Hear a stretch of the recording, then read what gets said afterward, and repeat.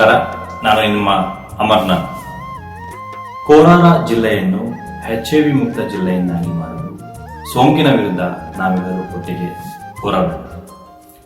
ಮೊದಲು ಸ್ವಯಂ ಜಾಗೃತರಾಗಿ ಇತರರಿಗೆ ಜಾಗೃತಿ ಮೂಡಿಸುವ ಮೂಲಕ HIV ನಿಯಂತ್ರಣ ಮಾಡೋಣ. ಬನ್ನಿ, ಕೈ ಜೋಡಿಸೋಣ. ಕೋಲಾರ ಜಿಲ್ಲೆಯನ್ನು HIV ಮುಕ್ತ ಮಾಡೋಣ.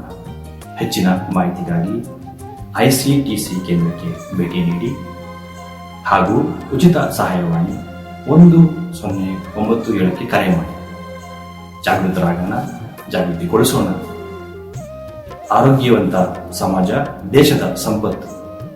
ನಮಸ್ಕಾರ.